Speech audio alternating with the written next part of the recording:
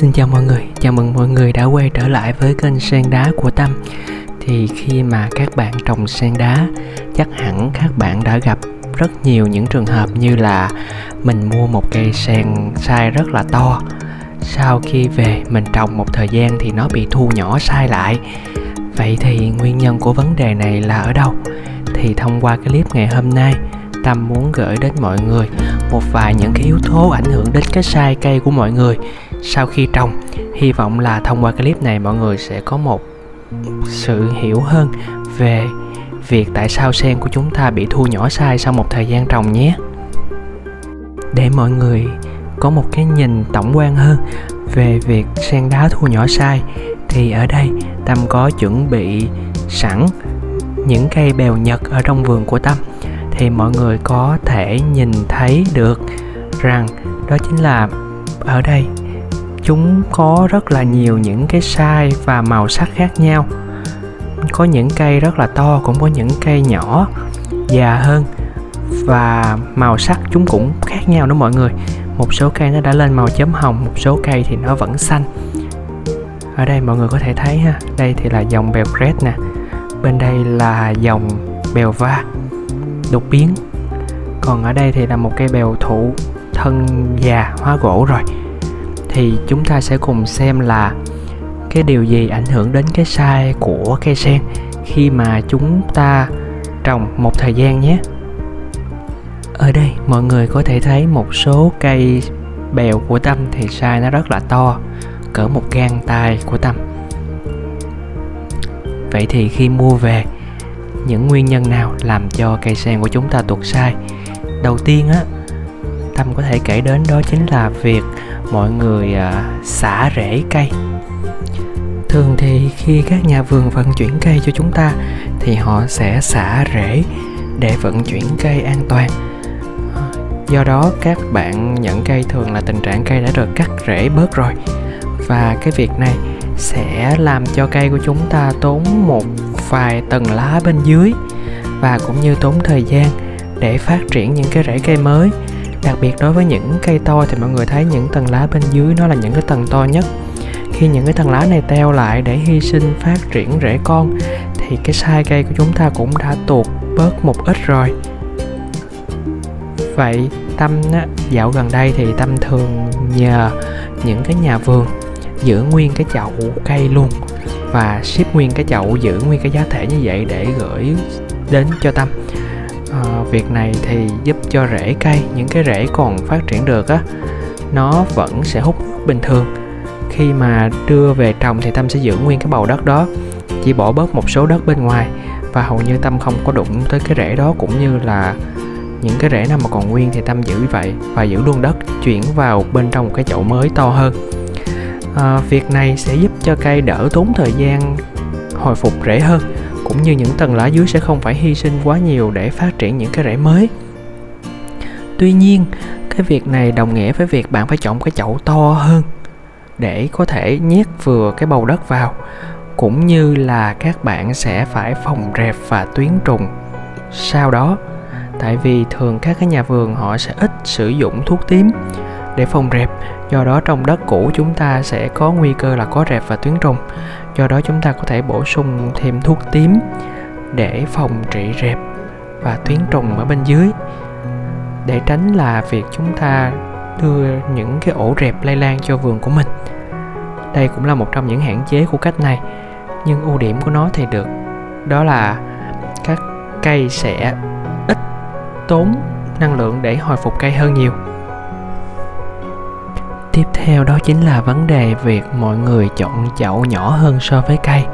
Như các bạn đã thấy, các cái size chậu ban đầu của những cái cây to á, thường thì ở vườn họ sẽ trồng những cái cây rất là to trong những cái chậu to bên dưới, và khi mọi người về nhà trồng thì chúng ta sẽ lại trồng những cái cây vào những cái chậu nhỏ hơn. Cái việc trồng cây vào chậu nhỏ hơn nó sẽ làm cho cây có xu hướng là phát triển cái thân thụ cao hơn và phần cánh nhỏ lại. Chính vì vậy mà khi mà các bạn nhận cây về, nếu các bạn vẫn muốn giữ cho size cây ở mức to và trồng những cái cây phát triển cánh lớn thì chúng ta nên chọn cái chậu bằng hoặc là to hơn cái chậu cũ của cây. Thì lúc này cây sẽ có cái khoảng không gian rộng để phát triển, và cái lớp giá thể bên dưới cũng đủ nhiều để cho cây tiếp tục phát triển phần cánh to ra.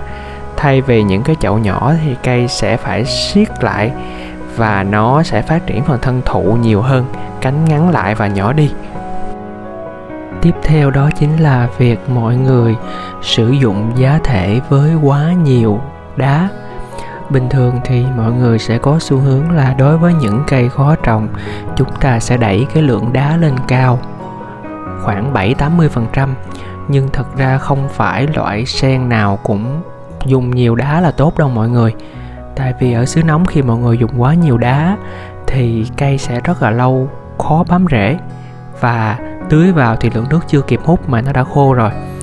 Mọi người có thể để ý đối với những cái cây sen to, nếu mọi người có mua những cây sen to từ Trung Quốc về, mọi người sẽ thấy trong phần giá thể của nó hầu hết đa phần là đất thịt hoặc là xơ dừa trộn thêm một vài viên đá thôi, chứ cũng không có nhiều đá như chúng ta vẫn thường dùng đâu. Cái chậu nó to và cái giá thể lại nhiều đất thịt như vậy, cho nên là cái cây nó phát rất là to. Sau khi về mọi người thì chúng ta lại chuyển nó sang những cái chậu có thể là nhỏ hơn, và lượng đá các bạn tăng lên. Khi mà lượng đá chúng ta tăng lên thì cái cây nó sẽ tự nó thu ngắn cánh lại và giảm cái phơm của mình đi.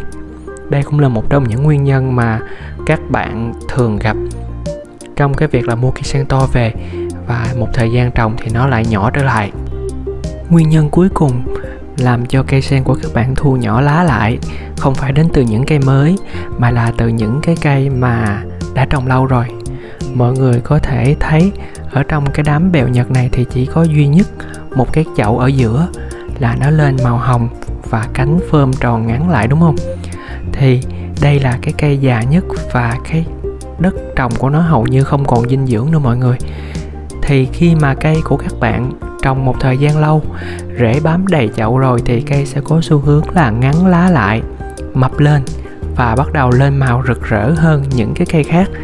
Đây là lúc mọi người nên thay chậu mới cho cây của chúng ta. Bởi vì nếu mọi người để lâu hơn một chút xíu nữa, cây nó vẫn sẽ phát triển lên màu đẹp, nhưng một thời gian sau cây sẽ cần dần dần là teo những cái thân của nó và khô thân, lá nó cũng rụng nhiều hơn do bộ rễ bên dưới không còn dinh dưỡng để bám vào nữa. Do đó nếu các bạn muốn cây của chúng ta tiếp tục phát triển lớn, mở rộng cái phần tán lá ra, thì chúng ta có thể thay giá thể sang một cái chậu rộng hơn, to hơn, cũng như là cái lượng dinh dưỡng và lượng giữ ẩm cao hơn cái giá thể cũ của mình. Còn nếu các bạn vẫn thích cái size nhỏ, size cánh ngắn thì đó là tùy vào mọi người. Chúng ta có thể giữ nguyên cái giá thể này và chỉ thay vào cái chậu rộng hơn một chút xíu thôi là được, không cần phải thay chậu to nha. Cuối cùng, để tóm lại cái clip ngày hôm nay thì Tâm sẽ kể lại những cái nguyên nhân khiến cho cây sen của chúng ta bị tuột size so với ban đầu. Đầu tiên là mọi người xả rễ cây khi mới mua về. Lúc này cây sẽ bị tốn vài tầng lá để lấy dinh dưỡng mà phát triển ra những cái rễ mới. Thứ hai là mọi người chọn chậu quá nhỏ so với cái size cây. Thứ ba đó chính là việc mọi người sử dụng cái giá thể với lượng đá quá nhiều. Đây cũng là một trong những cái điều ảnh hưởng đến cái size cây của mình. Và thứ tư đó chính là việc mọi người trồng cây quá lâu mà không có thay chậu, là 4 nguyên nhân chính dẫn đến việc cây của các bạn bị tuột size so với ban đầu. Hy vọng thông qua cái clip ngày hôm nay, mọi người sẽ có một cái nhìn tổng quan hơn về việc tại sao cây sen đá của chúng ta bị tuột size so với ban đầu khi mà chúng ta mua cây to về. Nếu mọi người thấy clip hay, có thể ấn like cũng như là theo dõi kênh để xem những video mới nhất khi mà Tâm ra video mới nhé. Xin cảm ơn mọi người rất nhiều.